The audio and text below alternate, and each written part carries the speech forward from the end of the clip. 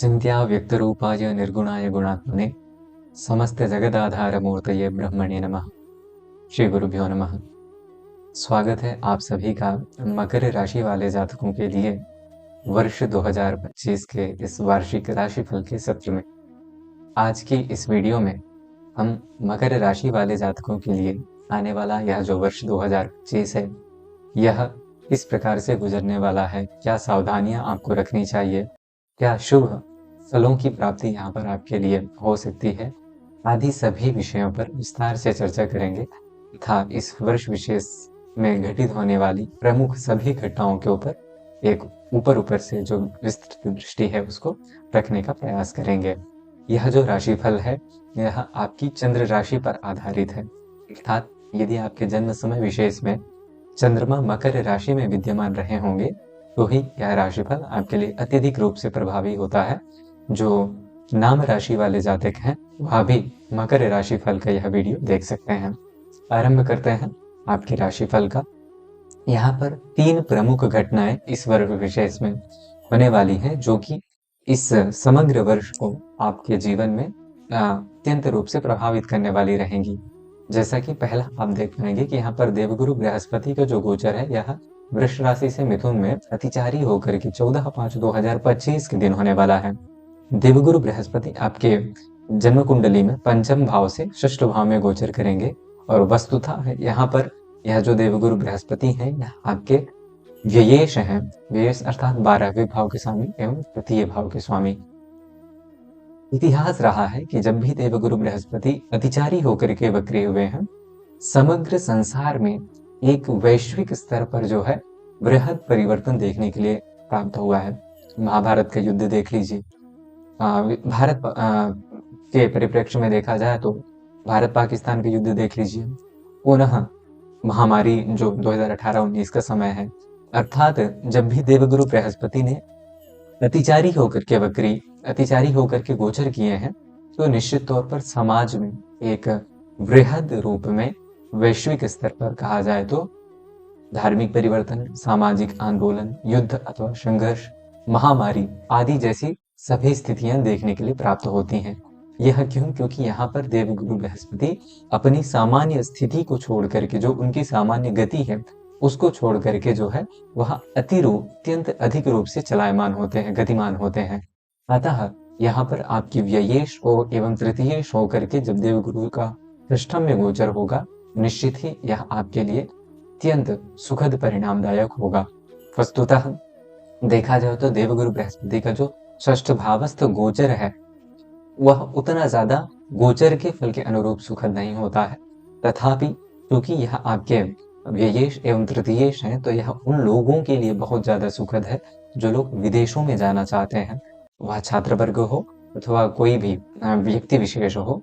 आपको यदि विदेशों में जाने से संबंधित किसी भी प्रकार की कोई इच्छा थी जो कि किसी कारणवश पूर्ण नहीं हो पा रही थी तो उसमें सफलता प्राप्त होगी।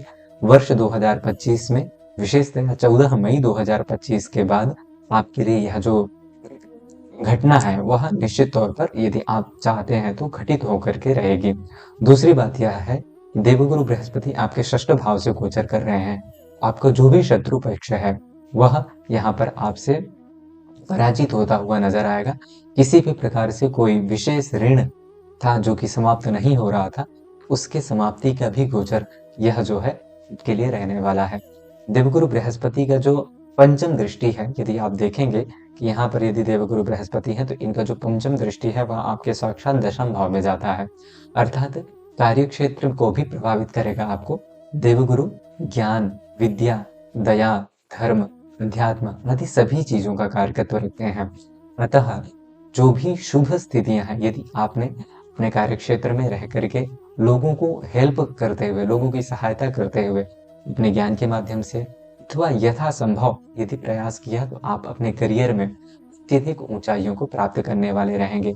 क्योंकि वस्तुतः देवगुरु षष्ठ भाव में है, इतने ज्यादा बलवान नहीं होंगे, तथापि यदि आपने ज्ञान के माध्यम से, दया के माध्यम से लोगों के प्रति सहानुभूति रखते हुए समाज में जाकर के जो भी असहाय हैं उनको यदि आपने हेल्प किया अथवा उनकी सहायता की तो निश्चित तौर पर यहाँ पर आपका बृहस्पति उत्तम परिणाम देगा, आपसे प्रभावित होगा तथा आपको विदेशों में जाने से संबंधित, छोटी मोटी यात्राओं से संबंधित, बंधु बांधवों के साथ व्यक्तिगत संबंधों से दृष्टिकोण से, अथवा जो भी लोग कार्य क्षेत्र में विशेषतः टीचिंग लाइन में है, इंजीनियरिंग लाइन में है, अथवा समाज में रह कर के कार्य करते हैं, एनजीओ वगैरह में हो गए, पॉलिटिक्स में हो गए, पुनः विशेषतया चिकित्सा के क्षेत्र में, क्योंकि यह जो बृहस्पति है वह चिकित्सा का भी कारकत्व रखता है।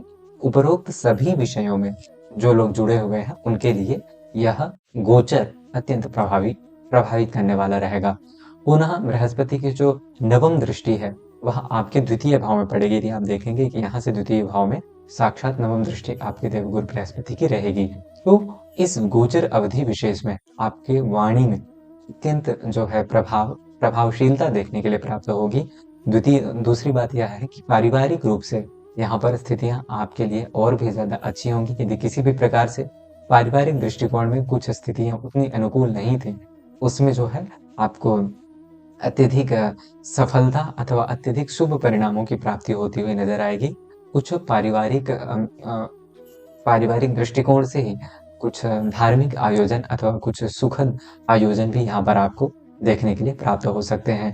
जो लोग उच्च शिक्षा में हैं उनके लिए यह देवगुरु बृहस्पति का जो गोचर है वह, यदि आप किसी भी प्रकार से परीक्षा परिणामों में सफलता की कामना कर रहे थे अथवा कॉम्पिटिटिव एग्जाम्स में जाकर के बैठ रहे हैं, क्योंकि षष्ठ भाव में है देवगुरु बृहस्पति, उन सभी स्थितियों में यह आपके लिए उत्तम परिणाम तथा सफलता को दिलाने वाला है। आगे बढ़ा जाए, यदि शनिदेव की गोचर की बात की जाए तो यहाँ पर शनिदेव आपके द्वितीय भाव से तृतीय भाव में गोचर करने वाले रहेंगे। सबसे सुखद विषय यहाँ पर आपको यही कल्पना करना चाहिए कि यहाँ पर आपको 7.5 का जो अंतराल था उसकी समाप्ति होने वाली है, क्योंकि जैसे ही 29 मार्च 2025 के दिन देवगुरु मीन राशि में प्रवेश करेंगे, यहाँ पर आपके लिए 7.5 का उपक्रम समाप्त हो जाएगा। बहुत समय से, क्योंकि जब भी यदि व्यक्ति की जन्म कुंडली में विशेषतः शनिदेव अच्छी स्थिति में नहीं होते हैं तो वह दंड, न्याय आदि के कारकत्व रखते हैं। अतः कुछ परिश्रमाधिक्यता देखने के लिए उपरोक्त 7.5 वर्षों में कुछ मानसिक व्यय अधिक रहा होगा, कुछ शारीरिक दृष्टिकोण से स्थितियां उतनी ज्यादा सुखद नहीं रही होंगी, किंतु उन सभी जो है स्थितियों से अब आपको जो है मुक्ति प्राप्त होने वाली है। आपने जो भी कर्म किए थे, यदि कुछ दुष्ट कर्म थे तो उसका जो परिणाम है वह आपने प्राप्त कर लिया है, ऐसी जो है भावना आपको रखना चाहिए। आने वाला जो यह वर्ष है यह आपके लिए अब और ज्यादा सुखद परिणामों को दर्शाएगा, और सभी प्रकार से संघर्षों का जो प्रतिफल है वह जो है यहाँ पर आपको यह शनिदेव का गोचर देने वाला रहेगा, क्योंकि शनिदेव तीसरे, छठवें और 11वें भाव में विशेषतः शुभ परिणाम देते हैं। अतः वक्रार कजौ षट त्रिगौ ऐसा कहा जाता है। अतः यहाँ पर तृतीय भावस्थ शनि आपको छोटी मोटी यात्राओं में विशेषतः जो है शुभ फल देने वाला रहेगा। विद्यार्थी जो है, छात्र वर्ग जो है, उसके लिए यह विशेषतः लाभकारी गोचर रहेगा, क्योंकि शनिदेव आपके उच्च शिक्षा के प्रतिनिधित्व करने वाले ग्रह हैं। आपका भाग्योदय 29 मार्च 2025 के बाद विशेषतः देखने के लिए प्राप्त होगा। पुनः शनिदेव चूंकि आपके लग्नेश हैं और यह जो है तृतीय भाव में गोचर कर रहे हैं, अतः यदि आप किसी भी प्रकार से शारीरिक रूप से परेशानी में चल रहे थे अथवा कष्ट में चल रहे थे, कोई लंबी बीमारी थी जो समाप्त होने का नाम नहीं ले रही थी अत्यधिक उपचार आदि के बाद भी, तो अब उसमें समाप्ति की स्थिति यहाँ पर बनती हुई सर्वथा नजर आती है। भाई बहनों अथवा जो भी आपके सहोदर हैं उनका भरपूर सहयोग 29 मार्च 2025 के बाद आपको देखने के लिए प्राप्त होगा।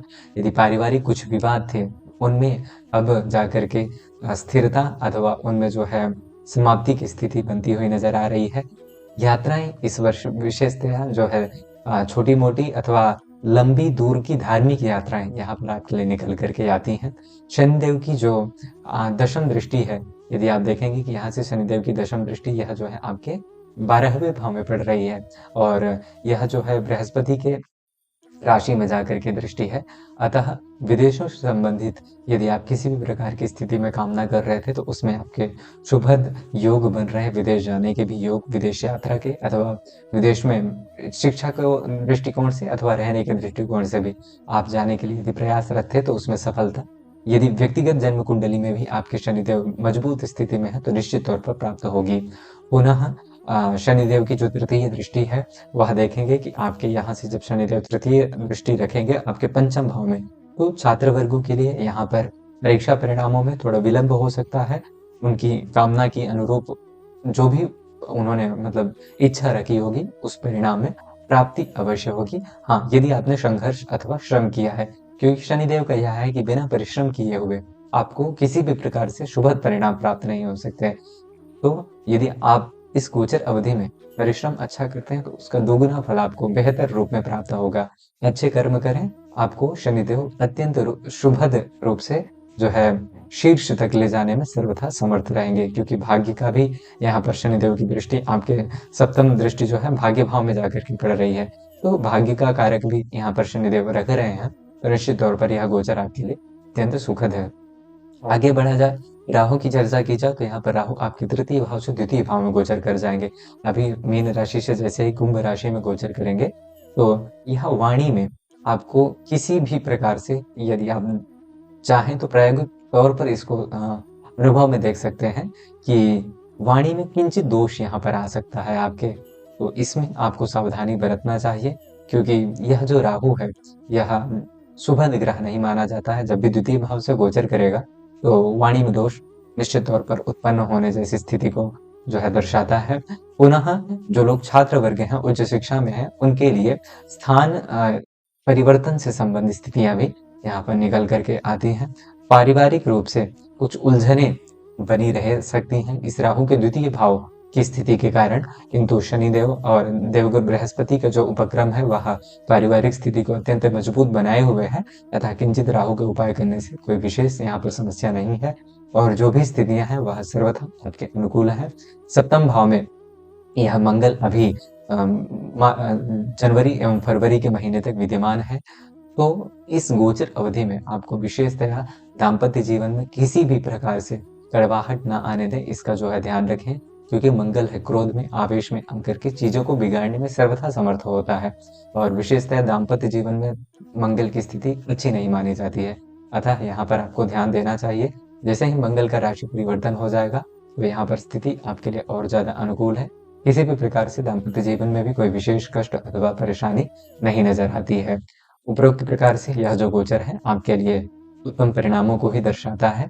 आगे कुछ उपायों की चर्चा की जाए तो यहाँ पर उपाय के तौर पर विशेषतया देवगुरु बृहस्पति की तथा राहु के उपाय आपको करना चाहिए। देवगुरु बृहस्पति के उपाय के तौर पर आपको यहाँ पर उनका बीज मंत्र लिखा हुआ है। आप देखेंगे कि बृहस्पति का बीज मंत्र ओम ग्रां ग्रीं ग्रौं सह गुरवे नमः ऐसा है। तदुपरांत दान लौकिक उपाय के तौर पर यहाँ पर यह स्थिति दी हुई है, तथा यह कुछ दान भी बृहस्पति के लिखे हुए हैं। आप चाहें तो इनको भी करके इस जो आने वाला वर्ष है उसको और भी ज्यादा सुभद बना सकते हैं। राहु के उपाय भी आपको करने चाहिए। आशा है कि यह जानकारी आपको अच्छी लगी होगी। आने वाला जो यह वर्ष है आपके लिए सुखद, शुभद, कल्याणकारी एवं मंगलकारी हो। इन्हीं शुभकामनाओं के साथ नमस्ते। महादेव।